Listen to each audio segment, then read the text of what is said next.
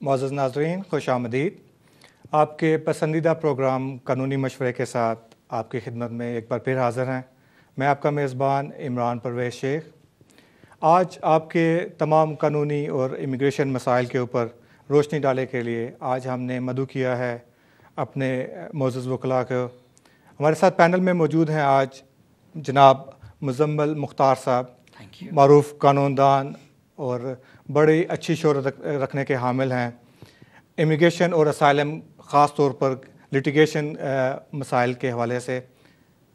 ان کے ساتھ تشریف رکھتے ہیں جناب عامر منظور صاحب، امیگریشن اور اسائلم کے قوانین میں یکساں مہارت کے حامل۔ ان کے ساتھ آج اپنی گفتگو کا آغاز کریں گے اور آپ کے سوالات کے لیے بھی انتظار کریں گے انشاءاللہ۔ جناب مزمل صاحب، آج تھوڑا سا روشنی ڈالیے جو نئے قوانین آئے ہیں، خصوصاً فیملی جو رولز کے مطابق جو چینجز آئی ہیں فیملی جو لائن کے اوپر، اس کے اوپر تھوڑا روشنی ڈالیے کہ وہ کیا چینجز ہیں اور وہ کس طریقے سے وہ عمل درآمد ہوں گی۔ Thank you Imran. جو فیملی کے حوالے سے جو 9 جولائی کو امیگریشن رولز کے اندر نئی امینڈمنٹس کی ہیں، وہ امینڈمنٹس اس طرح سے افیکٹ کر رہی ہیں کہ پہلے یہ ہوتا تھا کہ اگر آپ اسپاؤس ویزے کے لیے آپ لائک کسی برٹش سے فار انسٹنس کسی برٹش سٹیزن سے آپ شادی کرتے ہیں یا آپ ریلیشن شپ میں ہیں، ایک سبسسٹنگ ریلیشن شپ میں، تو جب آپ ویزا اپلائی کرتے تھے اس وقت کوئی انکم کی کوئی ریکوائرمنٹ نہیں ہوتی تھی۔ لیکن اب 9 جولائی سے جو نئی امینڈمنٹس آئی ہیں ان میں یہ ہے کہ اگر آپ اب اپلائی کرنا چاہتے ہیں تو 18,600 آپ کی انکم ہونی چاہیے، اور اگر ساتھ کوئی بچہ بھی ہے تو پھر 22,400، اور جس طرح پھر اور بچے ہوں گے تو یہ ریکوائرمنٹ پھر اسی طرح پر اینم انکم کی ریکوائرمنٹ انکریز کرتی جائے گی۔ اچھا، اس میں کچھ بتائیے کہ اس میں کوئی یہ پاسبلٹی ہے کہ اگر کسی کی انکم 18,600 کو منیمم ریکوائرمنٹ کو پورا نہیں کرتی تو ان کے پاس کیا دوسرے آپشنز موجود ہیں؟ دیکھیں عمران، اگر منیمم ریکوائرمنٹ جو انکم کی ہے اگر کوئی اس کو پورا نہیں کر رہا، آئیڈیلی تو پورا کرنا چاہیے، لیکن اگر نہیں بھی کر رہا تو پھر دیکھیں یہ پر اینم انکم کی ریکوائرمنٹ ہے۔ پھر آپ یہ کر سکتے ہیں کہ آپ اپنی سیونگز کو اس کے اندر شامل کر سکتے ہیں۔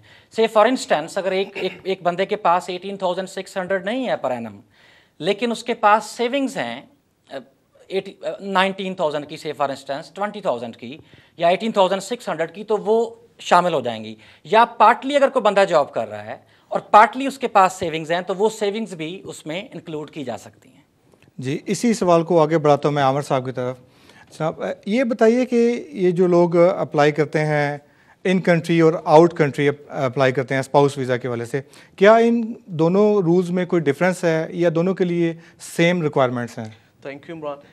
نہیں، جو بیسیکلی ریکوائرمنٹ ہے اسپاؤس ویزے کے لیے وہ سیم ریکوائرمنٹ ہے، چاہے آپ یہاں سے further leave to remain apply کریں یا پھر آپ انٹری کلیئرنس لے رہے ہو۔ ریکوائرمنٹ جیسے مزمل نے بتائی ہے کہ اگر آپ یہاں سے اپلائی کر رہے ہیں تب بھی 18,600 پاؤنڈ، اور اگر باہر سے کر رہے ہیں تب بھی سیم ہوگی۔ اور جو سیونگ کی بات ہے، آپ کو منیمم 16,000 پاؤنڈ جو ہے وہ سیونگ پوری کرنی ہے۔ اس میں آپ فردر یہ بھی کر سکتے ہیں کہ اگر آپ کی اس کے علاوہ کوئی دوسری ارننگز ہیں، جیسے اگر آپ کو رینٹ لے رہے ہیں کسی کا گھر کا، یا کوئی فردر کہیں پراپرٹی سے کچھ آپ کو رینٹس وغیرہ آ رہے ہیں، یا کوئی اور ارننگ ہے، کوئی بزنس ہے، اس کو آپ ملا کے بھی پورا کر سکتے ہیں۔ سیلف امپلائمنٹ ہو یا امپلائمنٹ ہو، ان دونوں کو ملا کے بھی آپ 18,600 پوری کر سکتے ہیں۔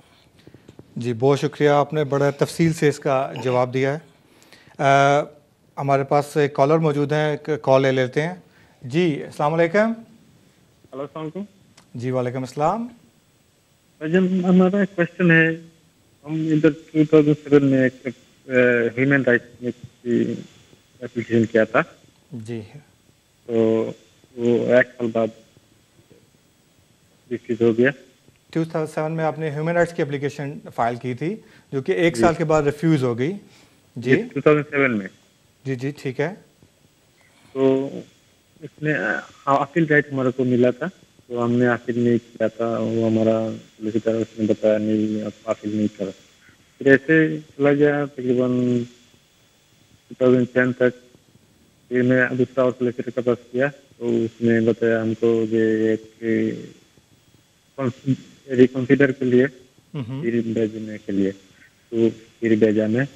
ابھی 2 سال ہو گیا، تو کیونکہ میں سولیسیٹر کے پاس جاتا ہوں تو وہ کہتے ہیں یہاں ٹھیک ہے، میرا لیٹر اور دوسرا ایک لیٹر بھیج رہا ہوں، جی لیکن کوئی جواب وہ ہمارا لیٹر ملا نہیں ملا، کہ